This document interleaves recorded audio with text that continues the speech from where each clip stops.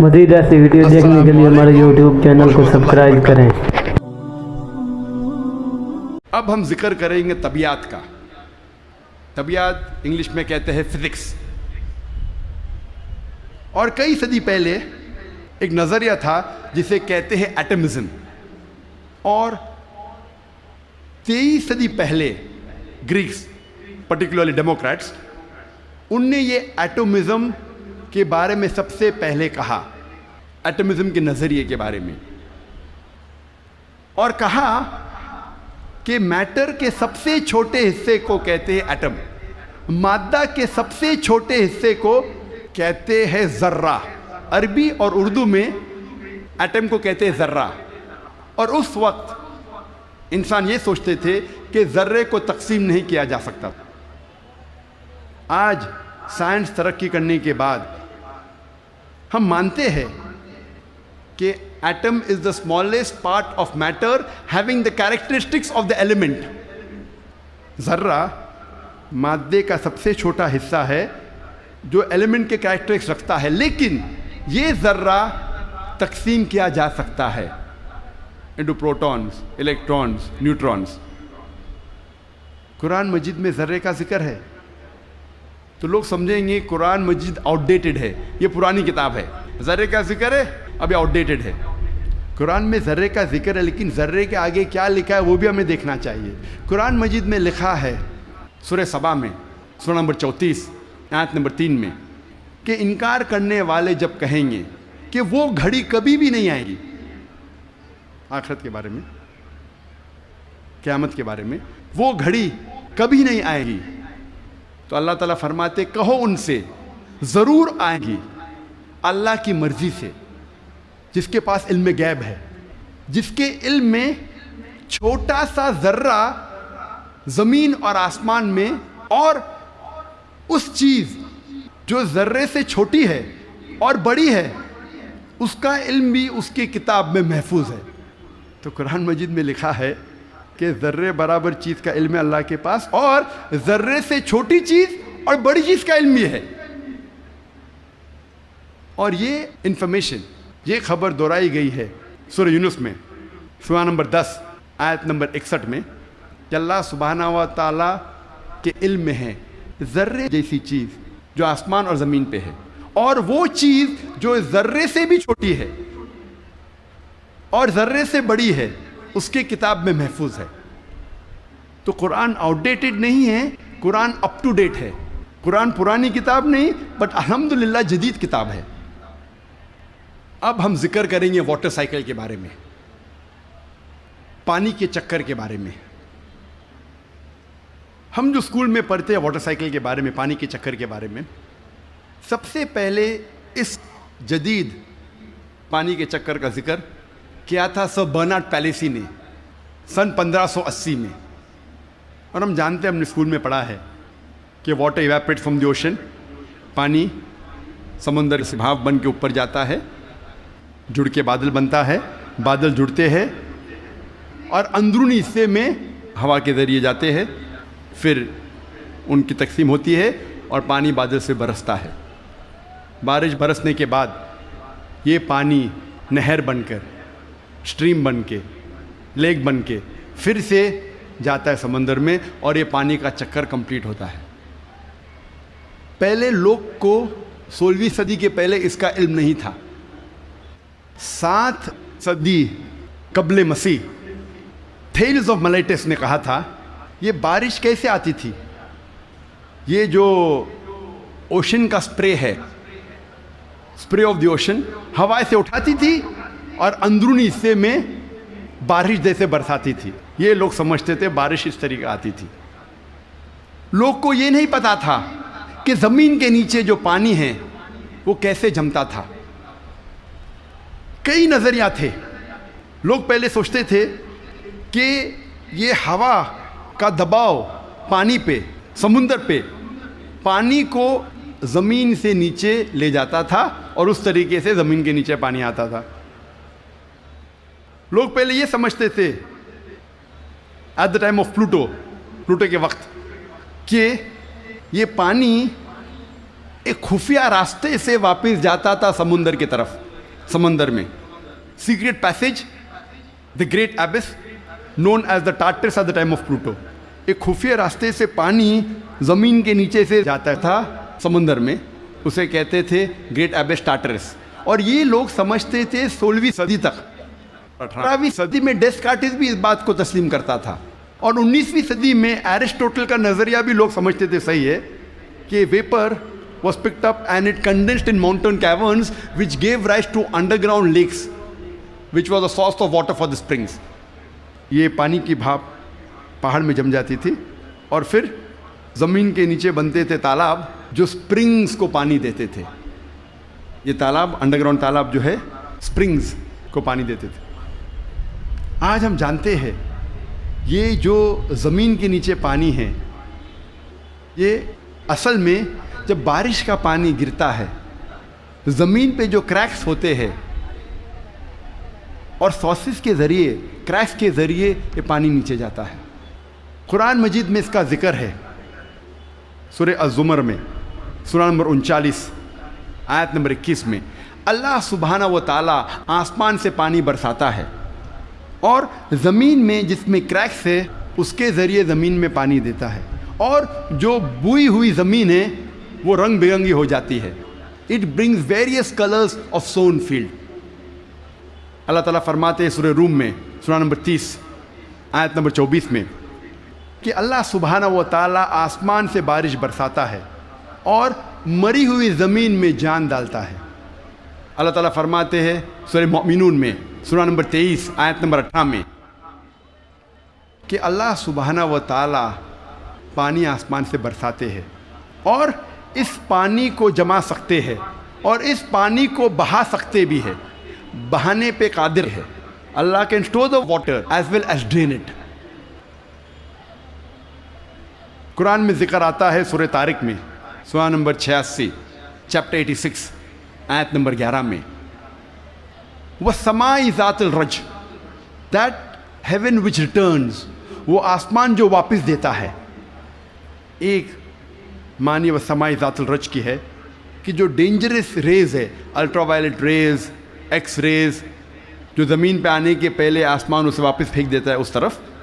اس کے علاوہ یہ جو پانی کا بھاپ ہے, واٹر ویپرائز ہوتا ہے, بادل میں بنتا ہے اور پھر سے یہ آسمان اس پانی کو زمین پہ برساتا ہے. وَالسَّمَاءِ ذَاتِ الرَّجْ.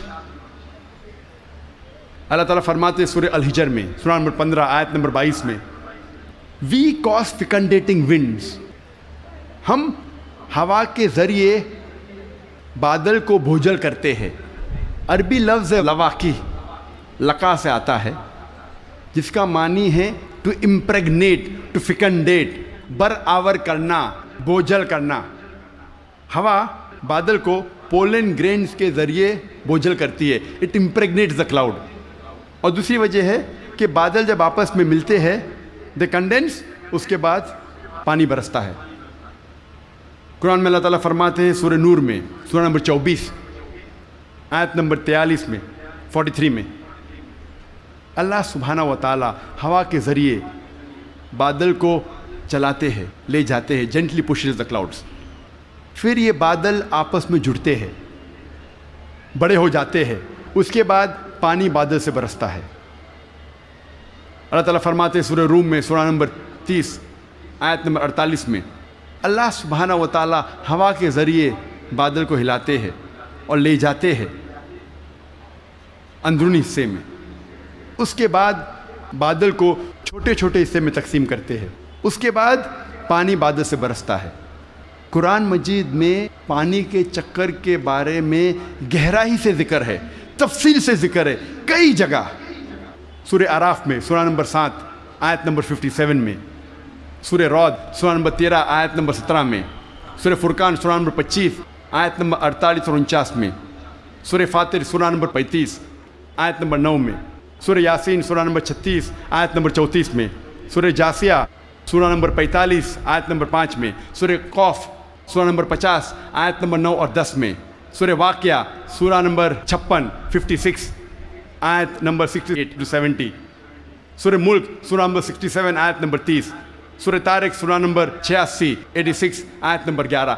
کئی آیتیں ہیں قرآن مجید میں جو تفصیل کے ساتھ ذکر کرتے ہیں پانی کے چکر کے بارے میں. صرف پانی کے چکر کے بارے میں اگر ذکر کرے گھنٹوں تک تقریر دے سکتے ہیں. صرف قرآن مجید میں پانی کے چکر کا ذکر. اب ہم تذکرہ کریں گے ارضیات کے بارے میں, جیولوجی.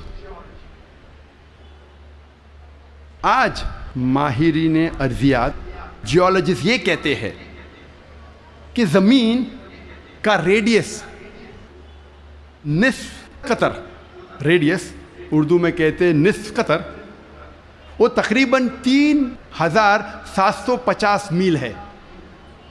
اور جو اندرونی حصہ ہے زمین کا وہ سیال ہے, لکوڈ ہے, ہاٹ لکوڈ, گرم سیال, اور اس میں کوئی جاندار چیز جی نہیں سکتی. لیکن اوپر کا حصہ ہے وہ سالڈ ہے, وہ ٹھوس ہے. اور اوپر جو سپرفیشل ارتھ کرسٹ ہے, زمین کی سطح, ارتھ کرسٹ, یہ بہت پتلی ہے, تقریباً 1 سے 30 میل پتلی, صرف 1% سے کم. اور بہت سے امکان ہے کہ یہ زمین کی سطح ہل جائیں گی, ارتھ کرسٹ ول شیک. آج سائنسداں یہ کہتے ہیں due to the folding phenomena it gives rise to mountain ranges. ایک فولڈنگ فینومینا ہے جس سے پہاڑ پیدا ہوتے ہیں, اور اس پہاڑ کی وجہ سے زمین کی سطح کو استحکام ملتا ہے, اسٹیبلٹی ملتی ہے. قرآن مجید میں اللہ تعالیٰ فرماتے ہیں سورہ نبا میں سورہ نمبر 78 78 آیت نمبر 6 اور 7 میں, ہم نے زمین بچھائی ہے, والجبال اوتادا, اور پہاڑ کو اوتاد جیسا بنایا ہے. اوتاد عربی میں کہتے ہیں کھوٹے کو, ٹینٹ پیگز, سٹیکس میں کھو. اور ہم جانتے ہیں جب ٹینٹ پیگ کو زمین میں ہم ڈالتے ہیں, جب کھوٹے کو زمین میں ڈالتے ہیں تو اکثر حصہ زمین کے نیچے گڑ جاتا ہے, اوپری حصہ بہت کم رہتا ہے, 10% سے کم. جس طریقے سے آئس برگ پانی میں, برف کا گولا آئس برگ جب پانی میں دیکھتے ہیں صرف 10% پانی کے اوپر ہے, 90% سے زیادہ پانی کے نیچے. اسی طریقے سے پہاڑ, جو اوپری حصہ ہم پہاڑ کا دیکھتے ہیں وہ کھوٹے جیسا ہے, میخو جیسا ہے, ٹینٹ پیگ جیسا ہے. اوپر کا حصہ بہت چھوٹا ہے, اکثر تقریباً 90% زمین کے نیچے ہے. اور اس کی وجہ ہے کہ زمین کو استحکام, اسٹیبلٹی دیتا ہے. قرآن مجید میں اللہ تعالیٰ فرماتے ہیں سورہ نازیات میں سورہ 79 آیت نمبر 32 میں, اور سورہ غاشیہ سورہ نمبر 88 آیت نمبر 19 میں, ہم نے پہاڑ کو زمین سے مضبوطی سے بنایا ہے. We have placed on the earth mountain standing firm. زمین پہ ہم نے پہاڑ مضبوطی سے بنایا ہے. ارضیات میں, جیولوجی کے میدان میں ایک بہت اہم کتاب ہے جو اکثر دنیا بھر جب جیولوجی کے سبجیکٹ میں اسے گائیڈ مانا جاتا ہے, اس کتاب کا نام ہے ارتھ, زمین. اور اس کے ایک لیکھک, ون آف دا آتھرس, اس کا نام ہے ڈاکٹر فرینک پریس, جو یو ایس اے کے سائنس اکیڈمی کے پریزیڈنٹ تھے اور ex president of U S A Jimmy Carter کے سائنس ایڈوائزر تھے.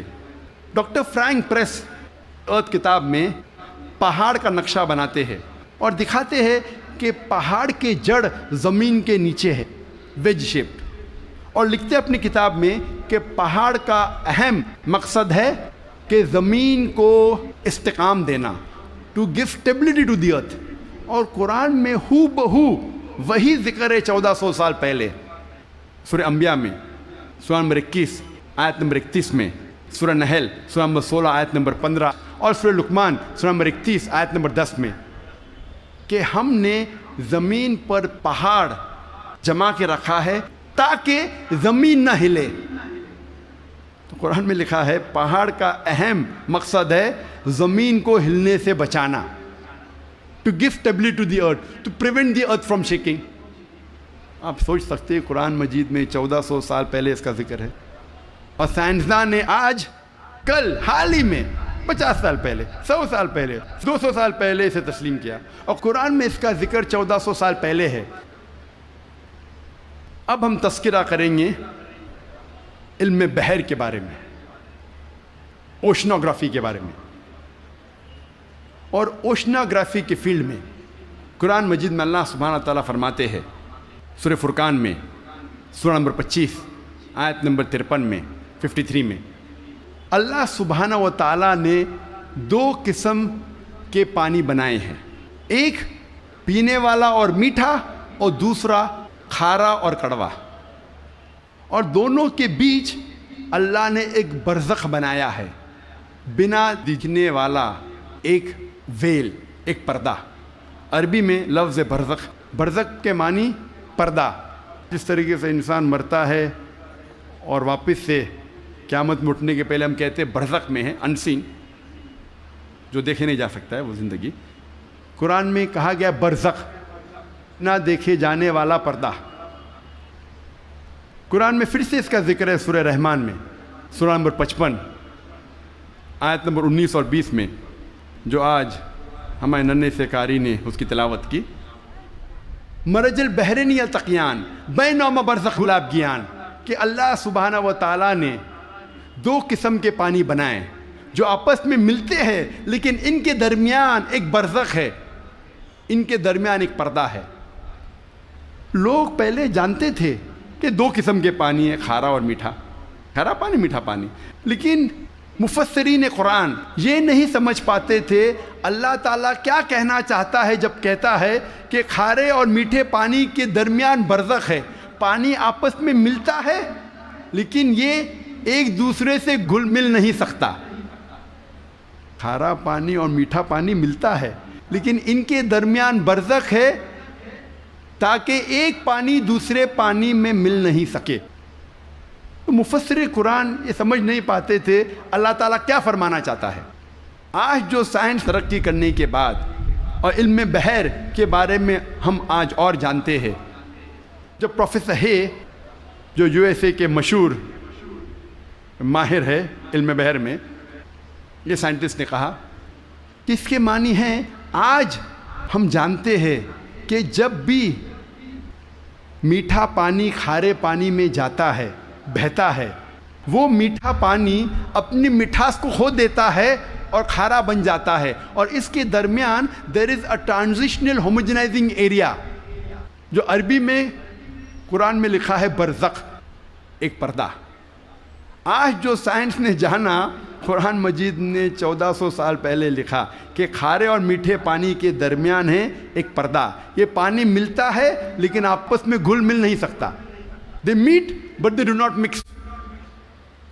اور سب سے بہترین مثال جو ہم آنکھ سے دیکھ سکتے ہیں وہ ساؤتھ افریقہ میں، in the southern part, in the Cape area, دونوں کھارا اور میٹھا پانی ملتا ہے، ہم دیکھ سکتے، ہم یہ بھی دیکھتے کہ دونوں پانی کا رنگ الگ ہے۔ یہ مثال ہم ایجپٹ، مصر میں بھی دیکھ سکتے ہیں، جب river Nile flows into the Mediterranean sea, river Nile بہتی ہے میڈیٹرینین سی میں۔ اور سب سے بہترین مثال ہے گلف سٹریم، جو ہزاروں میلوں تک چلتی ہے۔ گلف سٹریم شروع ہوتی ہے گلف آف میکسیکو میں، نارتھ ورڈ جاتی ہے towards the east coast of North America, پھر جاتی ہے eastward towards the west coast of Europe, ہزاروں میل بہتی ہے، دونوں پانی لیکن علیحدہ ہے، دے آر سپریٹ، ڈسٹنکٹ۔ اگر آپ کشتی میں سفر کر رہے ہیں اس گلف سٹریم کے کنارے پہ، اور پانی ایک طرف سے لیں گے اور پانی دوسرے طرف سے لیں گے، تو پتہ چلتا ہے ایک پانی میٹھا ہے ایک کھارا۔ اس کی حرارت، اس کی ٹیمپریچر بھی ڈیفرنٹ ہے۔ قرآن مجید میں اس کا ذکر ہے 1400 سال پہلے۔ میں اور ایک مثال پیش کروں گا قرآن مجید میں علم بحر کی۔ کچھ عربوں نے قرآن مجید کی ایک آیت لی، سورہ نور کی، سورہ نمبر 24 آیت نمبر 40، اور اس کا ترجمہ پیش کیا پروفیسر درگا راؤ کے پاس۔ پروفیسر درگا راؤ اس وقت کنگ عبدالعزیز یونیورسٹی جدہ میں پڑھاتے تھے، اور وہ ماہر تھے علم بحر میں، he was a Marine geologist. اور ترجمہ پیش کیا اور کہا آپ کا اس قرآن کی آیت پہ کیا خیالات ہے۔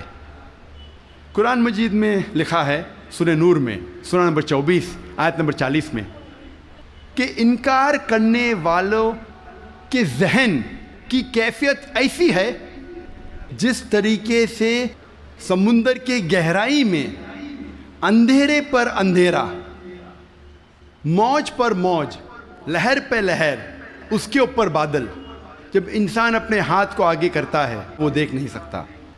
اللہ جسے روشنی نہیں دیتا وہ دیکھ نہیں سکتا۔ یہ آیت کا ترجمہ سننے کے بعد پروفیسر درگا راؤ نے کہا کہ یہ عام سمندر کا ذکر نہیں ہے، یہ ایک گہرے سمندر کا ذکر ہے۔ اور پہلے انسان یہ نہیں جانتا تھا کہ سمندر کی گہرائی میں اندھیرا تھا۔ سینکڑوں سال پہلے، 100-200 سال پہلے، جب سب مرین ایجاد ہوئی اور جب انسان سمندر کی گہرائی میں گیا تب انہیں پتہ لگا اور تب محسوس ہوا کہ سمندر کی گہرائی میں اندھیرا ہے۔ عام انسان 20 میٹر سے زیادہ جب سمندر میں اندر جاتا ہے تو وہ تیر نہیں سکتا، اور 200 میٹر سے زیادہ اندر جائے گا بنا کوئی آلہ کے، بنا کوئی ایکوپمنٹ کے، تو وہ انسان مر جائے گا۔ آج سب مرین کے ذریعے ہم انڈر واٹر جا سکتے، ہمیں پتہ چلتا ہے کہ سمندر کی گہرائی میں اندھیرا ہے۔ پروفیسر درگا راؤ نے کہا اندھیرا 2 وجہ کے لیے ہے۔ سب سے پہلی وجہ ہے جب روشنی پانی میں داخل ہوتی ہے، روشنی کی کرن، تو ایک کے بعد ایک رنگ پانی میں جذب ہوتا ہے۔ آج سائنس یہ کہتی ہے کہ روشنی کی کرن 7 رنگ سے بنی ہوئی ہے، وبگیور، وائلٹ، انڈیگو، بلو، گرین، یلو، اورنج اور ریڈ۔ وائلٹ، انڈیگو، بیگنی، بلو، نیلا، گرین، ہرا، یلو، پیلا، اورنج، نارنگی، ریڈ، لال۔ سب سے پہلے 10 یا 15 میٹر پانی کے نیچے لال رنگ جذب ہو جاتا ہے۔ اسی لیے انسان اگر پانی میں 30 میٹر کی گہرائی پہ جاتا ہے، اگر اسے چوٹ لگتی ہے اور خون بہنے لگتا ہے تو وہ انسان اپنے خون کا لال رنگ دیکھ نہیں سکے گا۔ 30 سے 50 میٹر جذب ہوتا ہے نارنگی رنگ۔ 50 سے 100 میٹر کے درمیان پانی کے نیچے جذب ہوتا ہے پیلا رنگ۔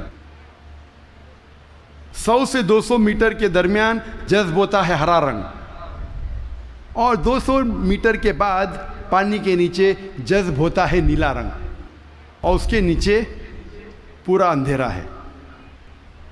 قرآن مجید میں لکھا ہے انکار کرنے والے کی ذہن کی کیفیت، انکار کرنے والے جو خدا کا انکار کرتے ہیں، جو خدا میں نہیں مانتے، اللہ سبحانہ وتعالیٰ میں نہیں مانتے، انکار کرنے والے کی ذہن کی کیفیت ایسی ہے جس طریقے سے گہرے سمندر میں اندھیرا پہ اندھیرا، لہر پہ لہر، اس کے اوپر بادل۔ دوسری وجہ اندھیرے کی ہے، پروفیسر درگا راؤ کہتے ہیں، وہ ہے بادل۔ جب سورج کی روشنی آتی ہے کئی بار بادل اس روشنی کو جذب کر لیتا ہے، اس لیے بادل کے نیچے ہم دیکھتے ہیں اندھیرا، اور جو روشنی بادل کے ذریعے جذب نہیں ہوتی اور جب سمندر میں جاتی ہے، کئی بار جو سمندر کے اوپر لہریں ہیں وہ لائٹ ریز کو ریفلیکٹ کرتی ہے، اور جو لائٹ ریز، جو روشنی کی کرن ریفلیکٹ نہیں ہوتی وہ سمندر میں داخل ہوتی ہے، اور جیسے میں نے کہا ایک رنگ کے بعد ایک رنگ جذب ہوتا ہے۔ لیکن قرآن مجید میں لکھا ہے انکار کرنے والے کی ذہن کی کیفیت ایسی ہے جس طریقے سے گہرے سمندر میں اندھیرے پہ اندھیرا، لہر پہ لہر۔ اس کے کیا معنی؟ لہر پہ لہر۔ ہم انسان جانتے تھے کہ سمندر کے اوپر لہر ہے، لیکن سن 1900 میں ہمیں پتہ لگا کہ سمندر کے نیچے بھی لہر ہے، اسے کہتے ہیں انٹرنل ویوز، اندرونی لہر، جو ڈفرینشیٹ کرتی ہے superficial part of the ocean کو deep part of the ocean سے۔ یہ اندرونی لہر تقسیم کرتی ہے سمندر کو اوپری سے اور اندرونی حصے میں۔ اوپری حصہ superficial part is lit up and warm, گرم ہوتا ہے اور اس میں روشنی ہوتی ہے۔ جو گہرا بھاگ ہوتا ہے سمندر کا وہ اندھیرا ہوتا ہے اور ٹھنڈا ہوتا ہے۔ یہ انٹرنل ویوز، اندرونی لہر ہمیں پتہ چلی تقریباً 110 سال پہلے۔ قرآن میں لکھا ہے لہر پر لہر،